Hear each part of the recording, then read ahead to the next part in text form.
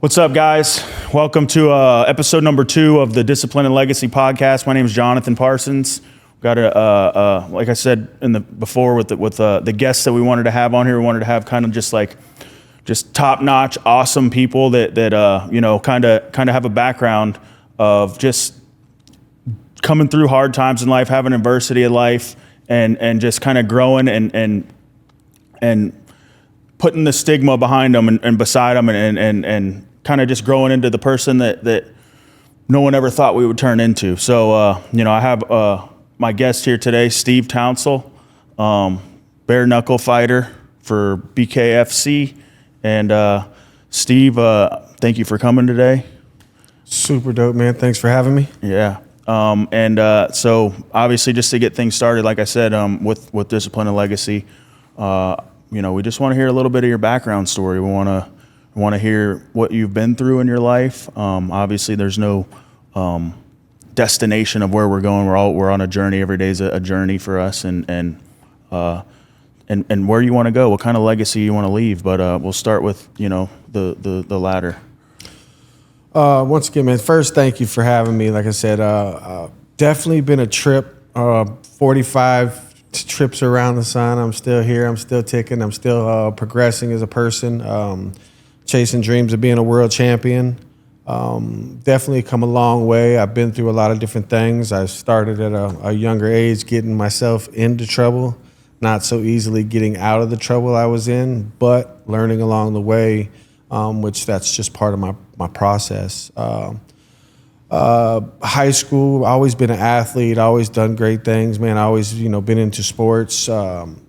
Never really put a lot of discipline or anything behind it. I just, like we talked a little bit earlier off set, I got up off the couch, I played, I did everything for fun. I'm a very passionate person.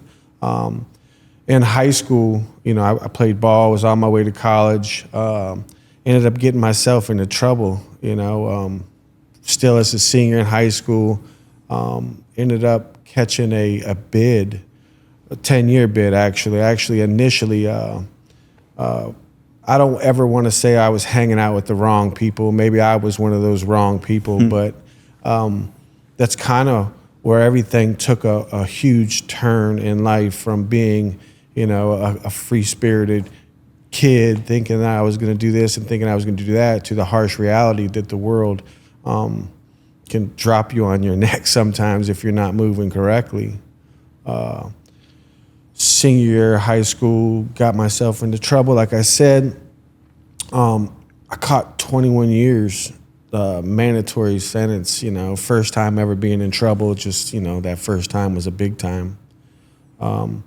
Went through the entire process of incarceration, had to learn how to grow up, in the penitentiary, still didn't really know who I was most of that time frame. Towards the end of the stint, I learned a little bit of who I was, what I wanted to do, and how I wanted to do it,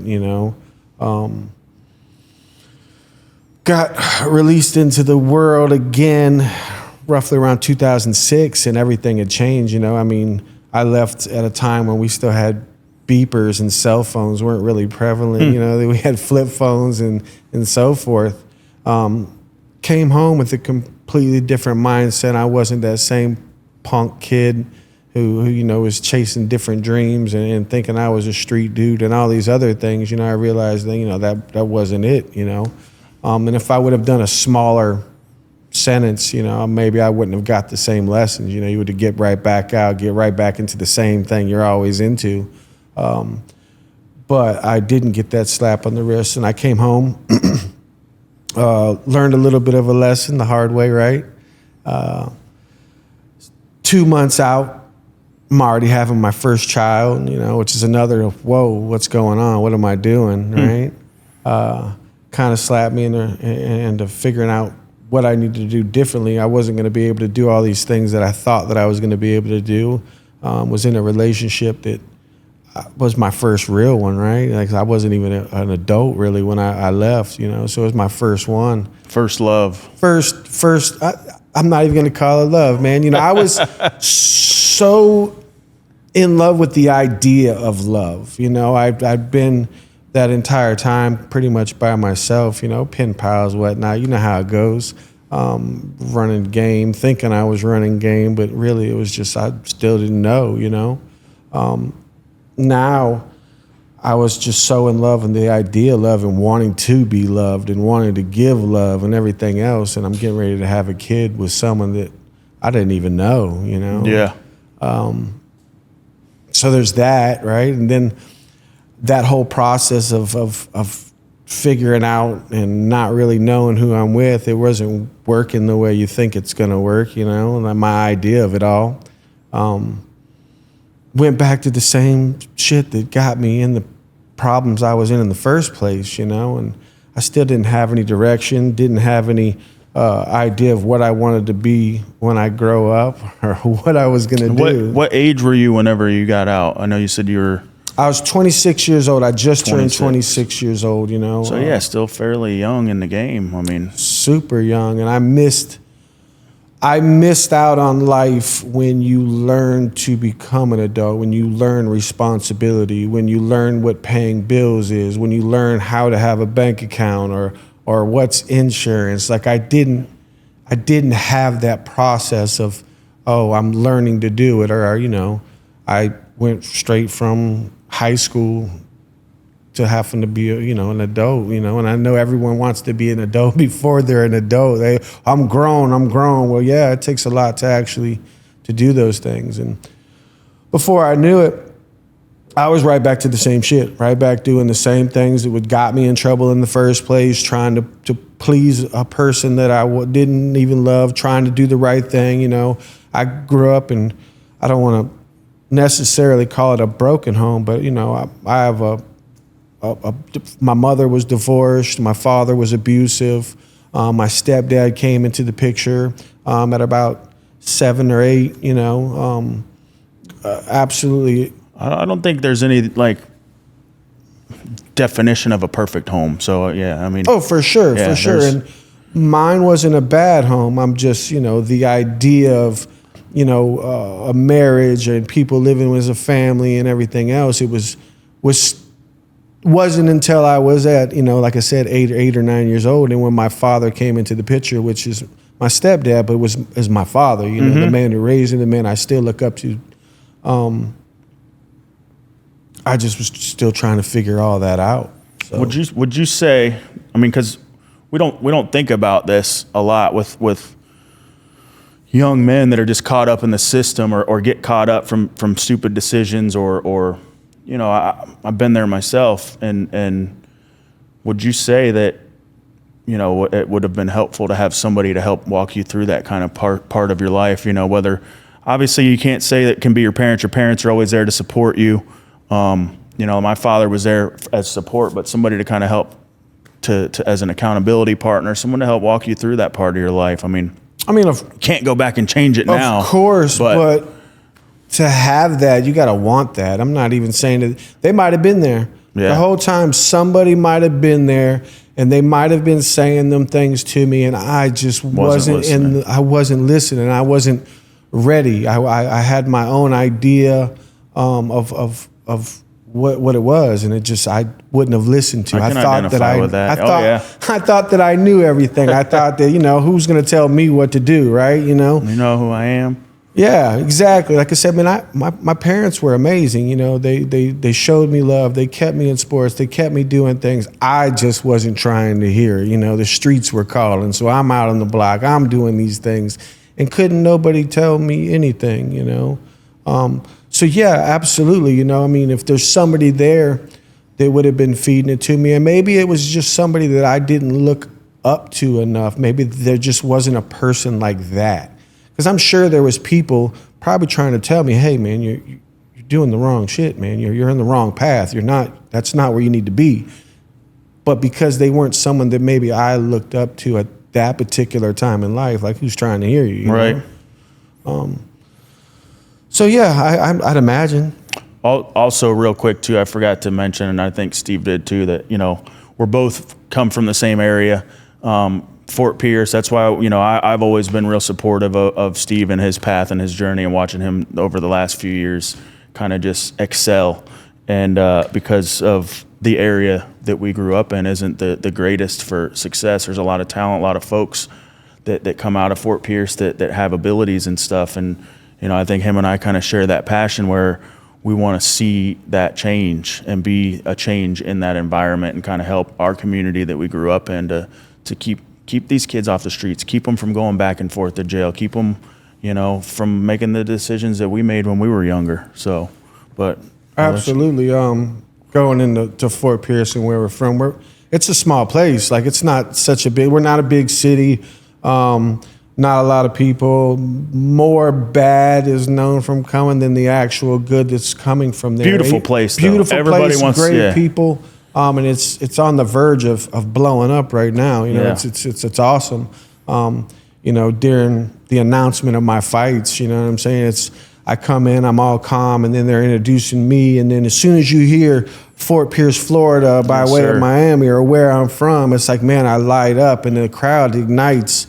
Coming from where we come from means a lot, because it's not one of the best known places in the world, and it's a struggle to get to where I've been. It means a lot, man. It means a lot to be able to come from your community, to build in your community, and give back to your community so that, hopefully you can maybe change the mind of a younger gentleman coming up that could have had a difference. And just think, obviously we go back and look at our lives and think that, man, if I would have just done this different, or if I would have had this, or if I wouldn't have went to this place at this time, I wouldn't have been in this situation. And it's like, obviously we go through everything we go through for a reason. Like, there's no coincidences, but could there have been that person that was maybe, if you're not listening, I'll make you listen to me. You know what I mean? Kind of, you got this in you. You can change, you can do this. And, I think you definitely have that from the platform that you're on as well. So, absolutely. And I hope that, through my mistakes, I'm able to help some of these younger guys not make the same mistakes. I'm willing to show them, to explain to them the difference. And I've got more of a voice because of the platform. Right now I'm ranked number 4 in the world as a bare knuckle fighter. It's something most people look up to. Guys always look up to athletes. Guys always look up to people that are doing the things that they might want to do in the future, or things that they think is cool, And whether it's a professional athlete, a businessman, or whatever it is these days, I'm definitely making the move to use the platform to help some of these guys make a better choice in life. That's awesome. Yeah, and I think that, everybody has that, they want somebody to look up to, right? And you hit the nail on the head when it comes to athletes, because, we're another organization locally there in Fort Pierce, Fellowship of Christian Athletes, is going into the community and at the level of high school. And not only are they trying to pour into the students or the teammates, but we're pouring into the coaches, the people who are leading our kids to become, good, positive leaders. Yeah. So definitely using the platform. And actually, I know a little bit about that background of you, but walking into your faith a little bit was something that was something fairly new to you. Can you talk about that a little bit? Absolutely.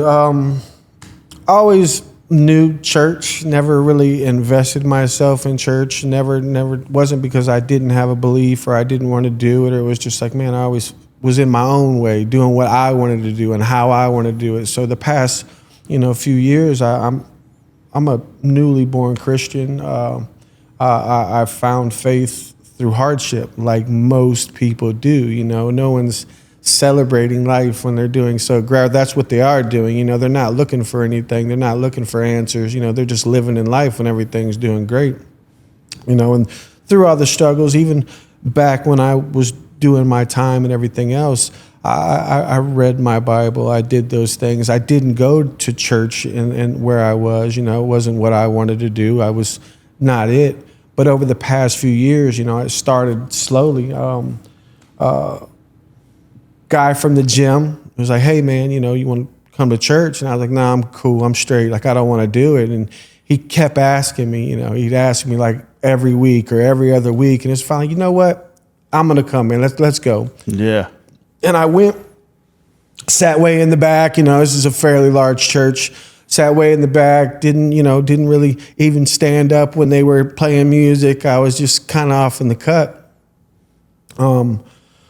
And listening to the music, listening to the actual message of the day, my tears hit my eyes a couple times, and I held back, and it was just like, I was here for a reason. Like, I was here to hear this particular message.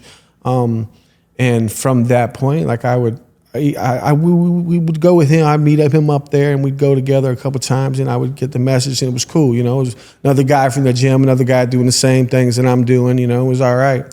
And then eventually he drove to come that far, and I would continue to go, and I would go by myself, and I moved a little closer, and I moved a little bit closer, and I got a little bit closer, and finally, like, I'm not too far from the front, and it was every week, and it wasn't. I went from not standing up to standing up, went from just kind of standing there to swaying, went from swaying to singing, went from singing to saying prayers during the service, I'm talking to myself and speaking to God. And it was just a way to refuel. Like, I didn't know how much I actually needed it, And I think that's the same with a lot of people is, you don't know because you don't do it. You don't know because you don't try it. And sometimes in things that you're not putting time in or you're not giving a chance, you're missing out until you do it. And once you realize, like, man, I should have been doing this the whole time, and I'm not going to say I'm like a super religious guy. Like, I believe in Christ. I think that he is the way. I think without him that we're just wandering. Is a good way to say it, right? Like, I'm just wandering around with no real direction. Even if you think you have a direction, you're kind of wandering. So with that, I'm going on 3 years, and it's been life-changing. Since then, I've gotten married, I do church with my wife, with my kids, and it's been a life-changing experience. That's awesome, man. That's awesome. And I think a lot of us that, and I can speak for myself, and it's like growing up, I think I'm fortunate that I wasn't like kind of fed that as a younger person, true, just being forced to go to church and stuff like that. I feel like it was almost a kind of a blessing in disguise to be the last thing I try and the first thing that I work, because obviously I had to go through everything I had to go through in life to become who I am today. And I don't regret my past. I don't regret anything that I did. Yet, do I wish I would have done it sooner? What's that story in the Bible where it takes, that took them 40 years to take a 2-week journey? Well, it took me 30 years to do something that could have just been done like that. But looking back on it, you see all those times that God was there and he was sparing us, like spared me through this so that I could be here today for whatever it is that he has me here for a purpose. And I'll never forget that. My dad always told me when I was younger, he says, no matter what you're doing in life, walk with a purpose. You're going to the bathroom, act like you know where you're going, right. And even if you don't know where you're going, right? The fake it till you make it thing. But and that's what I believe that the Christ walk gives us, is a purpose, a reason, and show God guiding you into marriage, guiding you into family, guiding you into purpose. So goes right back to when you asked, would you wish that you had somebody to speak these things to you before? And I told you, like, I wasn't ready for it then. I want to say the same thing, like you just said, wasn't forced upon you, like my family, like they worked 7 days a week. Like they had to work 7 days a week. Oh, yeah. So, but I wouldn't have been ready. I don't think, maybe in my opinion, I just wasn't ready for it. Mentally and with my growth and accepting who I was and realizing how much I actually needed it. So it's like a recovering addict, until they're ready, until they accept it and they try to work their process, it's not going to work, So the same thing goes with my faith. Maybe I didn't know that I was ready. I didn't know that I needed it, and I didn't accept it, for whatever reason. So it came at the right time for me, even though, I think the enemy is always like, he can't really take it. I say the enemy, but there's always been something inside of me that was like the same thing. Like people would invite me to go And it's like, yeah, I'm going. And then I'm like literally being ready to walk out the door, and something was just like, make up some lie to where hey, I can't make it, like this is going on or whatever. But there was always something that was holding me back from it. And, I can identify with that with other folks. Like you said, I invite some people and same thing, like, yeah, I'm coming. And it's like, I see it. And that is, this is his playground. The devil's playground is the world. So, once you take that step over and step into faith, it's like you said, man, you wish you would have done it sooner. And I don't want to spend too much time there, even though that's amazing and I could talk about it all day long. Right. But let's go back into your journey through that discipline stage where you're coming out, you're working, you're coming into your early stages of the path that you're on now. Like I said, it goes back, man. I've always played sports. I've always done things. So even into after coming home, after having my first child, I've got a few daughters now. You know what I'm saying? Beautiful. How many kids? A total of 5. I've got 5 girls. Okay. So there's that, right? The boys coming. I'm working on the boy now. So I told myself that I was not going to be able to have a boy. I didn't do anything right. So God told me I wasn't ready for a son. That's what I said. Plan. That's just what it is. I didn't get married. I have children with different women. I didn't ever think that I was going to settle down. Didn't think there was going to be a woman that was going to be able to have me settle down until now. I'm just married a little bit over a year now. But back to playing sports forever. I ended up coming home, kind of wandered a little bit, didn't know what I was doing, figuring that I didn't really play any sports, did my own little stuff. I ended up playing the semi-pro ball. Played football for a handful of years, was a Florida All-Star, like 4 out of the 6 years that I played. What position? I play a defensive end, defensive tackle, strong side linebacker, and power eye fullback. Love the defensive side of the ball. I love the aggressiveness in it. I want to attack. It's always been like ever since high school. It's just since Pop Warner. Defense is where it was. Defense wins championships. Offense sells tickets. Yeah, well, that's what they always told us. I was a defensive guy too, but I just was aggressive. I wanted to be that ferocious guy, and the guys that goes back to us who we look up to. Like the guys that I looked up to back then were athletes, and they were the defensive guys. They were your Lawrence Taylor. They were the monsters. 100%. So I did that till I was 35 years old. I probably got up to about 285 pounds. I was I remember seeing your pictures, man. I was a big old boy. Tank. And once again, I don't, seeing how I am now as a professional athlete, to that point, I wasn't serious enough. I didn't really have discipline. I just enjoyed it. I was passionate, and I loved to play sports. That was it. In 2015, I was 35 years old, and I had a heart attack, died, at the hospital, had a panic attack, and then actually flatlined. Still had to chalk it up to it being stress involved. I had multiple jobs and young age, young age, and you don't think that could be you. And I didn't know what was going on. Like when we got rushed to the hospital, and I didn't know what it was, so I'm telling him, the symptoms of everything, and he's like, "Well, this is a mild heart attack. You probably just had a stroke or a heart attack." And now it's like, what? What? So now I'm panicking. It's like that sent me into a whole panic stage, and that's when it actually happened. Wow. Spent a couple weeks in the hospital. Didn't want didn't want my kids to see me like that. It was just a really hard time, but it was a time for reflection. Like, what am I doing? I don't even know how this happened. I wasn't living super fast or anything. Wasn't out partying. Just they told me that stress is one of the biggest killers, the biggest issues that people have.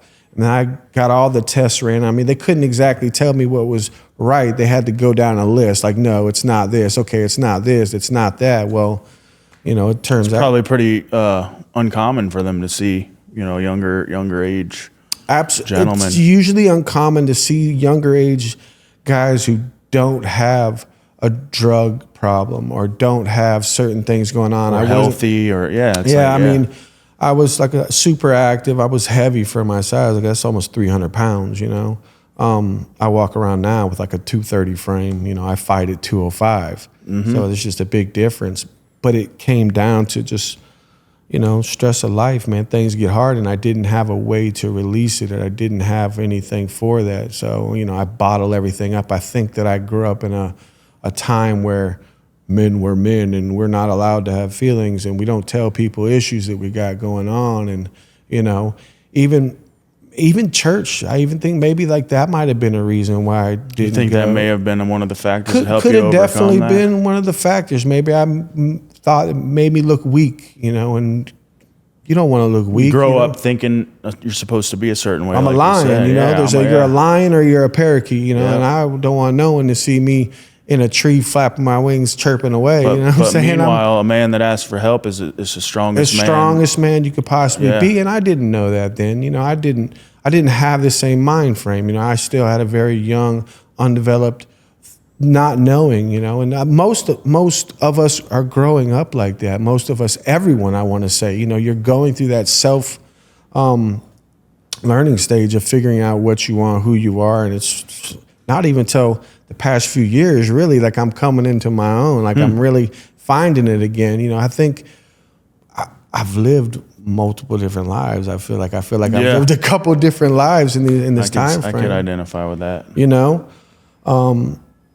and after that happened, you know, everything changed. I didn't play ball anymore. I used to I'd play on a Friday or a Saturday, and I wouldn't be able to really walk or get out of bed right till Wednesday, Thursday, you know, like my body was just beat down, and I'm played a lot of defensive line. So even though I was a 6'2", 280-pound man, I'm going against 6'5", 350-pound monsters, and it just beat me up physically.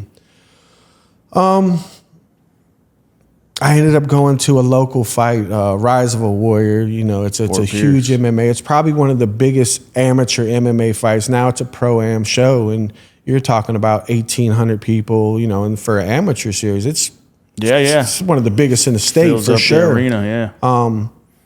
I went in there, and I'm like, man, you know, I'll mess these dudes up. Man, I'll destroy that guy. I could do this.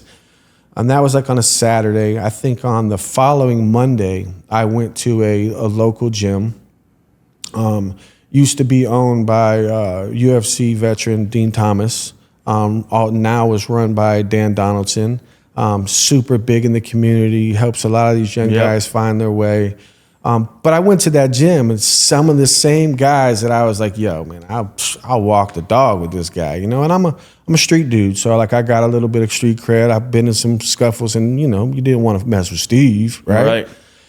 And I went in there and put these gloves on with these guys, you know, that obviously they're training every day. This is what they're doing, you know, and they're different walks of life, different ethnicities, and they kind of beat me up, man. Like them same guys that I said that I was gonna do this to, they beat me up, and I've never been somebody that likes easy's no fun. So like I talk to some of the younger guys now that fight and so forth. Like, well, what do you describe it as? Like, if video gamers, right? If you ever played a game and the game is just super easy, and you sit down and you beat the game the same day that you beat it, there's nothing left to do there. There's no challenge. There's nothing to it, right? So you lose interest. You don't want to do it. So me going there thinking that I'm going to beat these guys up, and some of them weren't the most like physically.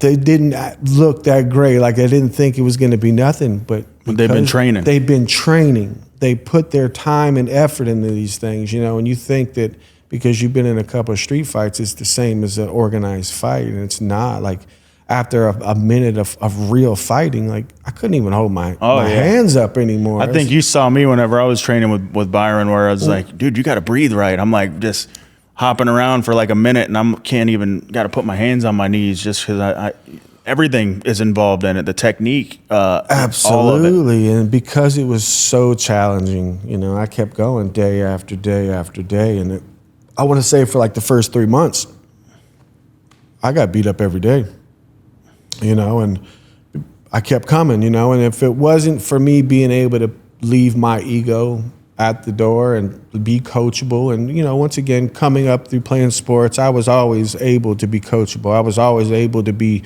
ridiculed or told. I got that tough love coaching, you know, when your coach is, my grandma can do more push-ups than you and she don't got no arms. So it's like those things, you know, just I fueled off of it. I wanted to do better. It pushed me. So well, that's the discipline. Yeah, it worked out, and I kept going.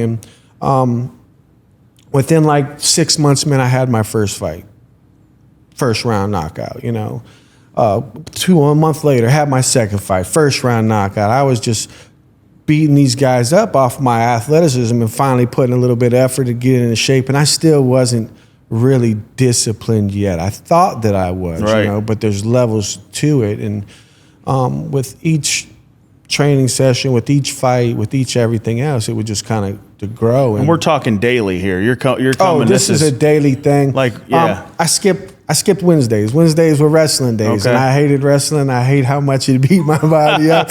You know, in life, not fighting or whatever sport you're playing on, most of us avoid the things that are hard, the things that are really going to give you the growth. You know, we avoid them and kind of do the things that we excel at because it's easier. Why not? I'm brushing up on the things I'm good at.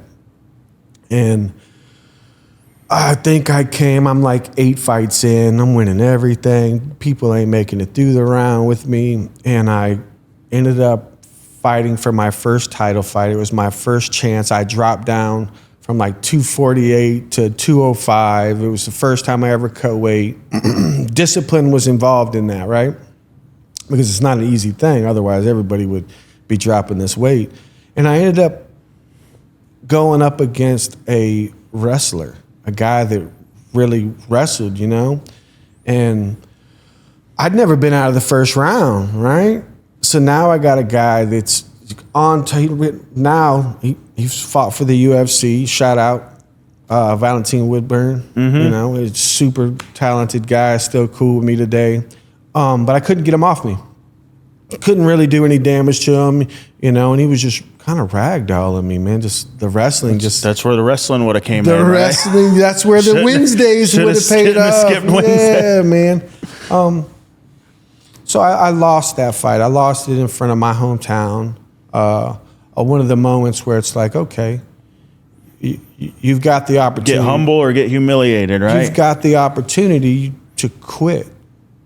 You can be done with it now. You know what I'm saying? Who's going to say anything? You just kind of got tossed around by this guy, and he was like 5'3", you know what I'm saying? A big guy, strong dude, but I don't think anybody really blinked an eye.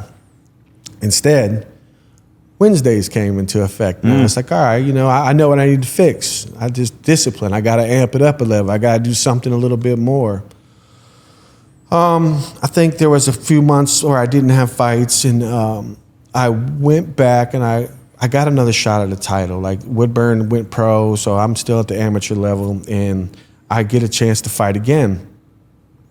Great, this is awesome. You know what I'm saying? Guess what? It's another title opportunity for me. He's like, cool, striker, good guy.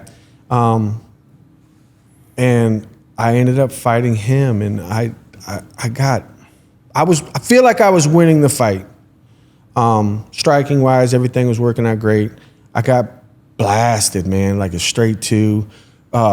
Just shattered my nose, split my eye, cracked my orbital. Like the fights that get stopped, you know, my eyes like hanging off my head. This is 205? This is 205. You know, another guy that I'm still friends with today, Mike Lee. Shout outs, big dog. Helped him get into the BKFC, get his first fight. You know, I'm always about helping these guys get opportunities. Once again, like these losses are the opportunities at the time frames. My losses were your biggest lessons, right? We talked about this one day. Helped me with my growth. You know, I kept going, made sure, you know. You only fail if you quit. Only fail if you quit. I mean, that's good. No one really believes that, I think, until you realize how true it really is. Until you experience it. I think I had like 2 more amateur fights. I ended up winning the title. I wanted a heavyweight, though. And then I fought one more after that. And the opportunity came knocking for this whole bare knuckle thing. And, bare knuckle wasn't big, 4 years ago as much as I think we're 7 years into the game. And I just, yeah, man, absolutely. Let's go, the opportunity Didn't blink an eye. Nah, I'm never going to blink an eye. Opportunities are the most valuable thing that you will ever come across, right? Yeah. And you don't know where that opportunity will take you, right? It came, I took it, and I ran with it. A great opportunity. I fought with BYB first, right? They started here in Miami, Dada 5000, the Triangle. Yep. So I fought with them. Went in there, man. I beat Buddy up pretty good. I'm like, man, this is it. This is it for me, right? I want this. This is great. First little chance of professionalism. First big stage. Got my second fight. I think it was like 3 months later. The guy that I was gonna fight, that I did fight, he's got like 49 pro fights. He's been around the block. He's heavier than me. I didn't care, man. I'm gonna beat this dude up. Like, I don't think I've ever gone into a ring or a fight where I thought that I wasn't gonna win. Yeah. Ever. I think when that happens, it's time for me to call it, right? Where you think you walk in and you think you're not going to win? Or, Yeah, yeah, Yeah, you have to walk into it.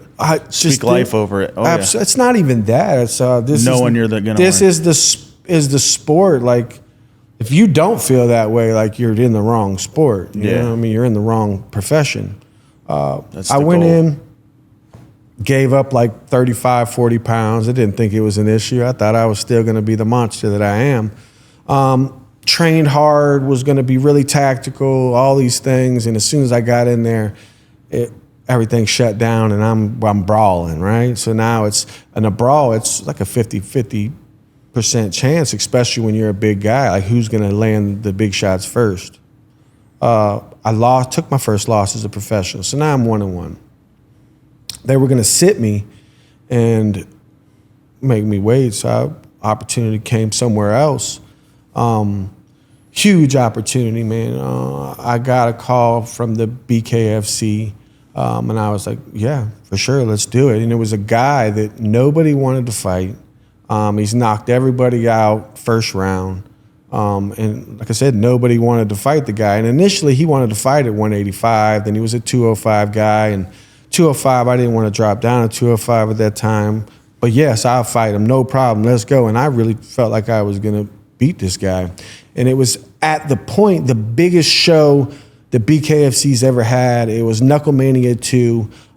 Mike Perry headline. Chad Mendez was on the card. It was like the UFC and some of these bigger name guys that fought for other promotions were coming to fight bare knuckle, which is now the biggest bare knuckle promotion in the world. Probably second biggest promotion next to the UFC right now. I wouldn't disagree with that. And I literally went into this fight, he just ain't been hit yet. He ain't gonna hit nobody. Ain't nobody hit him like I'm gonna hit him, right? I went in, 17 million viewers. Biggest one they ever had. Sold out the Hard Rock in Hollywood. And Gustavo Trujillo, the Cuban assassin. I'm in front of all these guys. I feel like I'm doing pretty well in the whole beginning. Not really getting touched. He caught me with a couple little shots. And the end of the first round, I ducked my head and he caught me with this like ferocious uppercut. And I still watched the clip and dang, that was a hard hit, man. And you just watched me, lights out, fall slowly to the ground and kind of flop.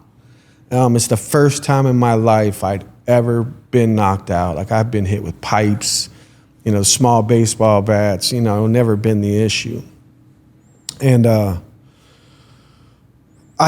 obviously I don't know what's happening. I'm knocked out, right? I get up and it's like, phew, and all these things are going on. And I get to the back and I got to be seen by the doctor. And then, something like that happens. You got to go get checked out and everything else. And this was the moment in my career, which I like to say is the best moment Even though that, 17 million people, all these people are seeing me get knocked out, Big Bad Steve, the Tomahawk. It was the first real moment that I was able to look at what I was doing, the level I was doing at, realizing that I wasn't doing enough, and that if I want to do this, man, I've really got to dig in. I've got to be disciplined. If this is what I want to do, I've got to take out all the stops. I can't cut corners anymore. I could have stopped. I could have quit right then and there. Nobody would have batted an eye. Everyone would have been like, yeah, they get it. They understood. But it was the moment in my career that I realized this is what I want to do. And if I really want to do it, discipline has to be key to what I want to do. All in. All in or not at all. Do something else, Probably a couple weeks after that, BKFC, I'm back in contact. We're still working out. Something else is going on, and I get a call from Gustavo.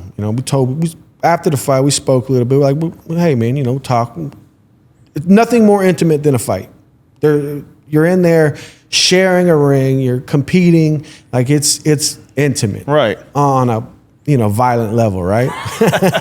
So it's like, why don't you come down here and do camp? Why don't you come down here? We'll talk to my coach, and we'll see. I said, well, I'll come down. I'll come down and see how it goes, right? So I went down there. Down here. Down in Miami, yes, Miami, West Miami. I went to Young Tigers Foundation, which is the head coach's Tigre, 5-time world champion, Hall of Fame kickboxer, definitely way before his time. Came down here and he says, yeah, just come, and we're gonna work.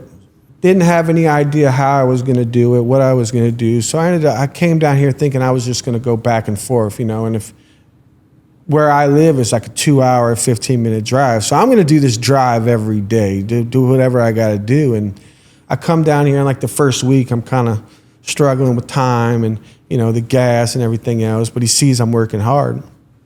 And he tells me, well, why don't you come down here and stay, and you could just go home in the weekends, I'm like, well, that sounds cool, right? Yeah. Sounds great, but how am I going to do that, He says, don't worry. And at this time, the Cuban dialect is huge in Miami. I didn't I understand bits and pieces of Spanish or whatnot, and he barely spoke English, so it was always kind of like broken conversation, or the translate was used, whatnot. But he hooked me up with King Kong Boxing, which is like 2 blocks away from Young Tigers Foundation, and they have a dormitory system. Like there's rooms inside the gym. Yeah. Outdoor kitchen, showers, you got all the necessities, and you're right there. So I'm like, it works. It worked out great, So Monday morning, I'd drop my kids off at school. I'd come to Miami. I'd stay till Friday. I'd get my second session midday, and then I would go home from Friday evening back to Monday morning, every day. And I lived, slept, the gym. I remember seeing that on social media. I remember seeing he was posting videos in the gym, well, in the dorm room, and then go open the door, and the gym was right there, fans blowing and everything. You see a lot of professional fighters, man, they get the opportunity to go away for camp, and it really is changing, I didn't have all the stress of everything else. I was able to focus on just training and just getting ready for a fight. So it was a pivotal moment for me, learning and stepping up to the next level in my career, learning to be disciplined. I was able to do that for like a camp or two. Everything wasn't quite working in that direction for me anymore, and I stayed home. I went back to my coach in the area, which is Byron Zamora with Cut Strong Boxing. Always been there for me. Even when I would go down to Miami for camp down here, I'd still communicate with him. I'd go down there on the weekends. We'd work a little bit, but I was back full time in Cut Strong. Always took the time out. Always made sure that things were progress or made for me. So even if I was in a class setting, the class was kind of set around what I was doing, what I needed. So above and beyond for me. And since then, I've leveled up each and every fight. There's always been something to gain. Even when they announce me or they're speaking on me, this guy's getting better with age. He's getting better with each fight, and that's progression. That's learning maturity, knowing what I wanted, having the choice to step away from it. And like I said, nobody would have batted an eye. So that maturity and walking with the Lord. I mean, every little piece has kind of been built from that moment. So like that huge loss that everybody would look so devastating in such a horrible spot in their life literally built me. That's where I come from. I come from the loss, and we tend to celebrate our victories and have to learn from our defeats and our losses. And this was my biggest loss, but it was my biggest gain, and it was because of the loss. I got a brother in Gustavo Trujillo, which is now a heavyweight world champion, still undefeated to this day. And that's the guy that knocked you out. That's the guy that knocked me out. I've stayed at his house, ate meals, shared conversations, his family, Right. If I was anybody else than who I needed to be at the moment, if I had some crazy ego or I wasn't able to do this or that, then I wouldn't be where I am. And do the things that I'm doing. And it's just able to be coachable, able to take my losses for what they are, learn from my losses, and moving forward.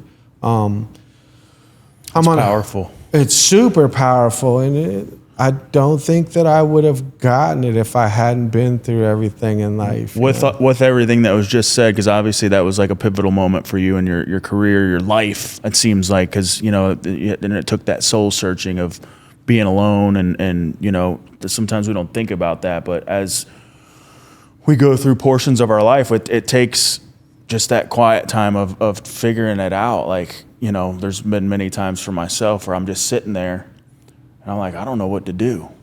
Like, what do I do from here? And that's where kind of the faith aspect comes in, because you might not get the answer right then and there, but I'll be driving down the street and boom, there it is. Like, God gives it to me.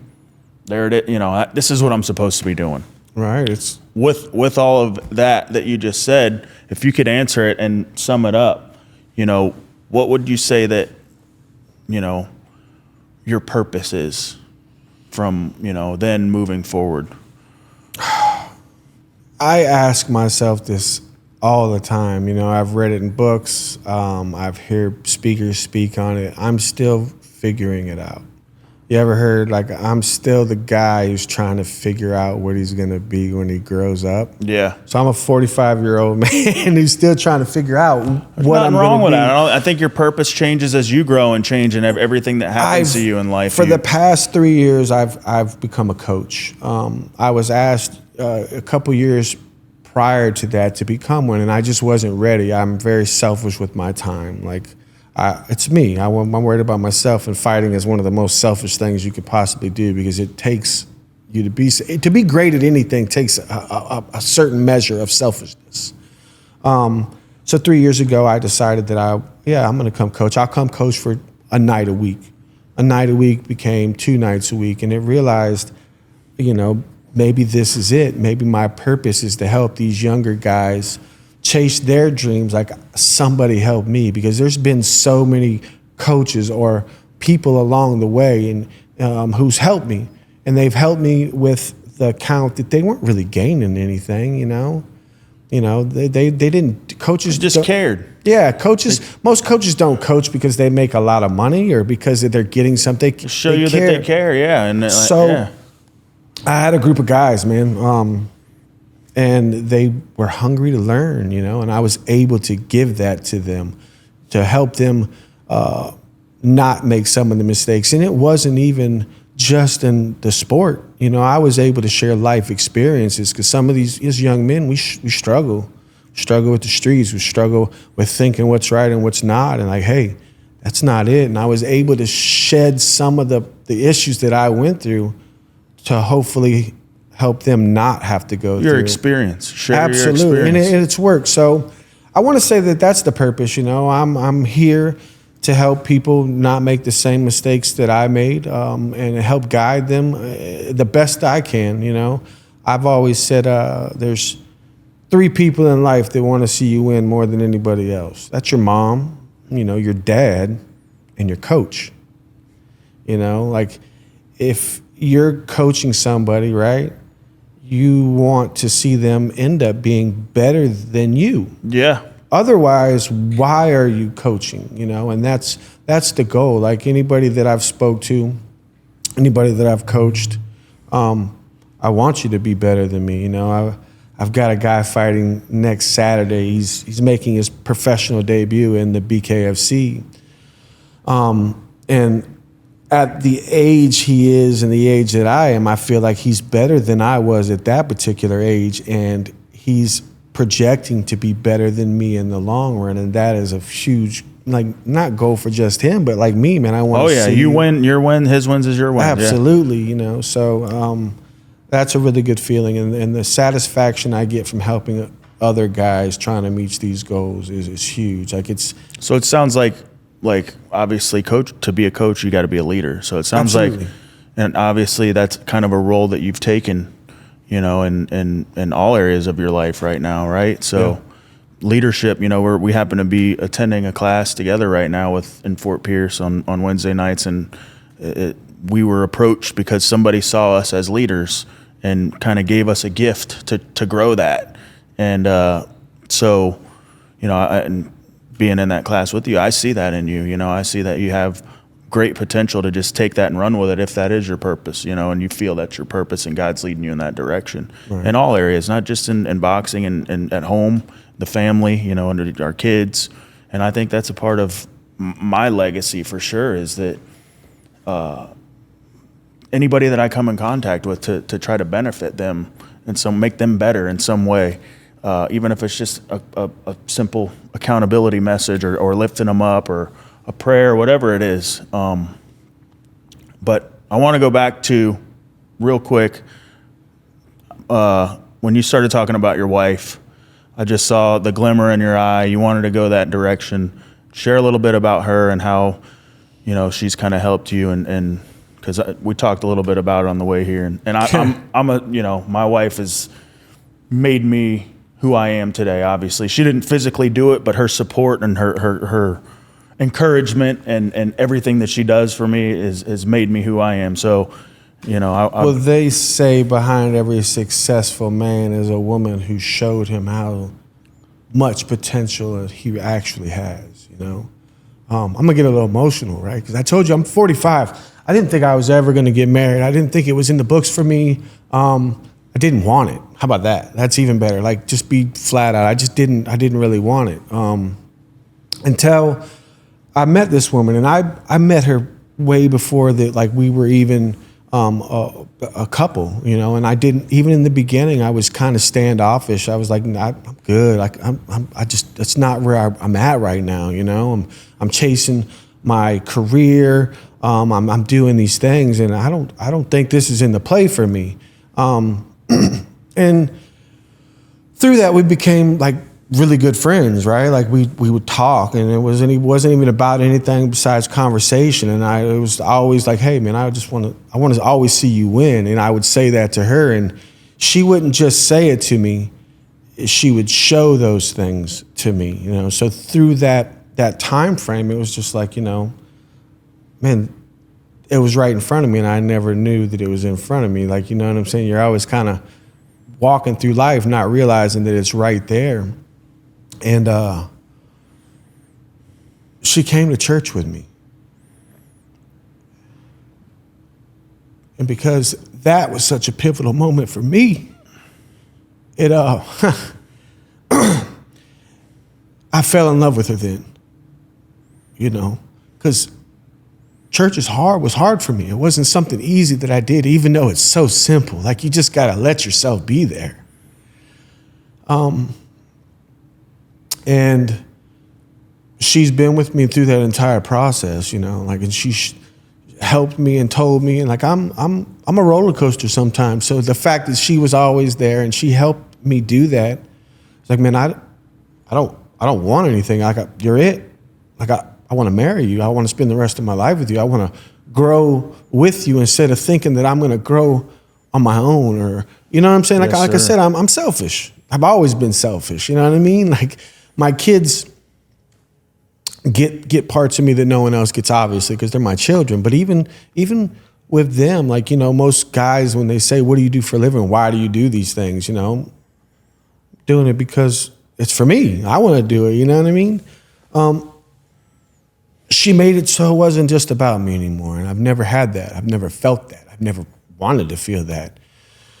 So now it's like, you know, I've got someone to grow a life with instead of me doing it all by myself and thinking that's what it is. And it takes such a heavy burden off your shoulders when you're not doing it by yourself. You have a purpose. A purpose. You know, my family, my purpose. Why? Yeah. And I didn't know that before. So she's been amazing, life-changing. You know, I didn't know that I needed that too. So with my walk with God and the Christianity and everything else, she's been right there in that process the entire time. You know, the days that I don't want to get up and you go to church, it's like, we're going, let's go, get up. You know what I'm saying? Very rarely.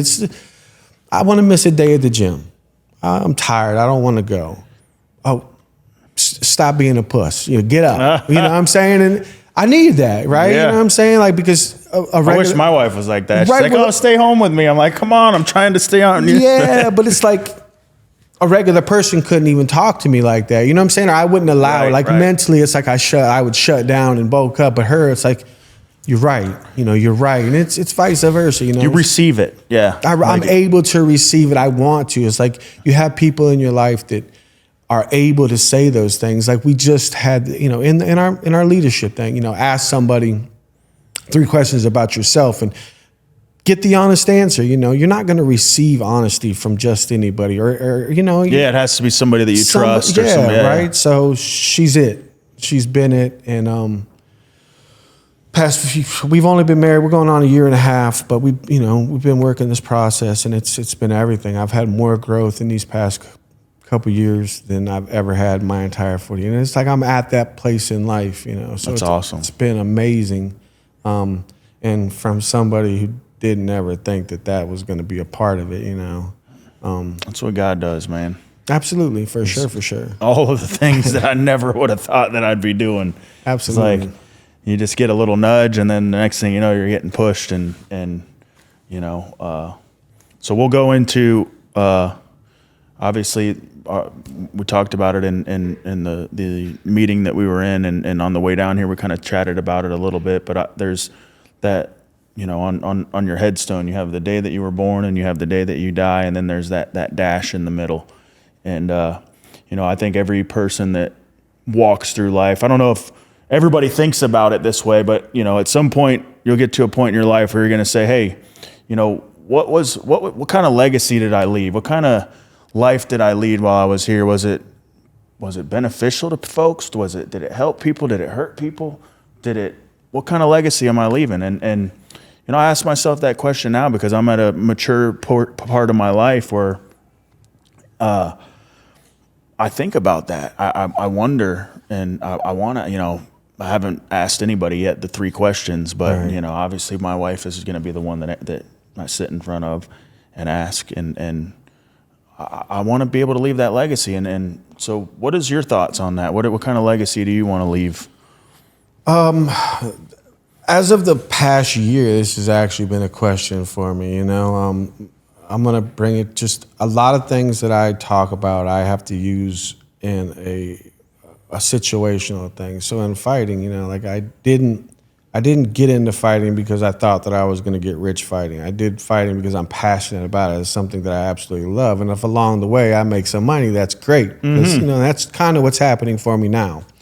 The legacy is I want a legacy. Like when you think about the early days of the UFC, you know, you talk about those guys in the beginning. So I'm still in the early stages of bare knuckle and the BKFC and everything that's going on. So that's it. So the legacy To be one of the OGs. Be one of the OGs. When you talk about it, I'm going to be in that conversation. And it's not just my fighting career. It's where we're from. It's Fort Pierce, Florida. Yeah. Like, I'm one of the guys that you're going to talk about that made it not necessarily out of Fort Pierce, but from. Made a difference. And was able to show some of these other people that, look, these streets are going to swallow you whole. So is that really what you want to do? Or do you want to do this over here and chase your dreams? I'm the dad that tells his kids, like, you could do whatever you want in life. You just got to want it bad enough and chase your dreams, right? Who am I if I don't actually do that first? If I'm not leading by example, and it's way easier said than done, right? Oh, yeah. It's easier to cut corners. It's easier not to do those things, but to leave the legacy that I really want to be talked about and heard from. It's like not cutting the corners, being better each and every single time, and helping the guys and women and whoever is able to want to listen, because you can't talk to people that don't really want to listen. Can't help somebody that doesn't want to help themselves. For sure, so that's it, man, I've probably had all the bad things that, I've got a sad story, right? But who wants to hear your sad story? I want you to hear my glory story, my wins, the things, it's not necessarily where I came from, but I'm here. Yeah. And no matter what it was that I went through, I made it here, so that's it. That's what I wanted to be, Nice. It's not about money and all that. I mean, it's nice, helps with your, I won't even call it freedom, but it helps you do the things that... It's the things that money can't buy that are important. Facts. And I think you hit the nail on all of those heads with the family, the being there for your kids, being there for your wife, being a coach, being a leader. Yeah. Those are the things that no amount of money can buy. And everybody jokes about money not being able to buy happiness and, oh, but look at this boat that I got. That's all temporary, man. It's the only thing that's, it's that spiritual void, like you said, that, for years I searched for something to fill the void, whether it was drugs, money, alcohol, sex, whatever it was. I couldn't get enough of it. And, it was filling that void with something spiritual, and then allowing God to work in my life, whether it was showing me that woman that I was supposed to have and actually trying to have a relationship instead of what I always did before was just messing around. Right. And, showing me that marriage was important, that I would have way more blessings in my life if I was to get married. Showing me that, and obviously, right, you said it earlier, how do you know if you don't try? So once you try it and you're like, man, I wish I would have done this years ago. And real quick, let's get some shout outs for what you got going on. So I know you're fighting coming up soon. Yeah, man, I'm back on. It's going to be early December. I'm back on for the BKFC. I think it's the last one of the year down here at the Hard Rock. It's going to be a big show. We've got one up next weekend. September 12th is at the Hard Rock as well. We'll be there. Definitely. I got people that really believe in me. Real quick. You always hear people say, oh, I'm doing this for the haters and I'm doing this for this and that. I don't do anything for the haters because there's always going to be there. This is for the people who absolutely believe in me, support me. I'm proving you right, because that's what it's about. It's about the people that are investing in you, and whether it's time, money, support, whatever it is, like they're the reason, like that's it. So everything that I do is for you guys. Man, the haters, that's what it's all about, man. I think when you're on a platform or a stage like that where you're looked up to, and I've said it to you before, like, we're going to win the belt. I'm going to be there watching you hoist it up, and it'll be, like, we won. You know what I mean? Absolutely. Coming from Fort Pierce, coming from the area that we grew up in, and you can take that back there when it happens, because it's going to happen. Absolutely. So, I just want to thank everybody for being with us today. Thank you, Steve. Absolutely. Thanks once for having again, me. Definitely an awesome story, awesome journey. And, maybe we can get another episode later on for sure. But collect another win and we'll be back, right? That's right. But with that, thanks for everybody for tuning in, and like, comment, subscribe. Let's hear it. And we'll see you.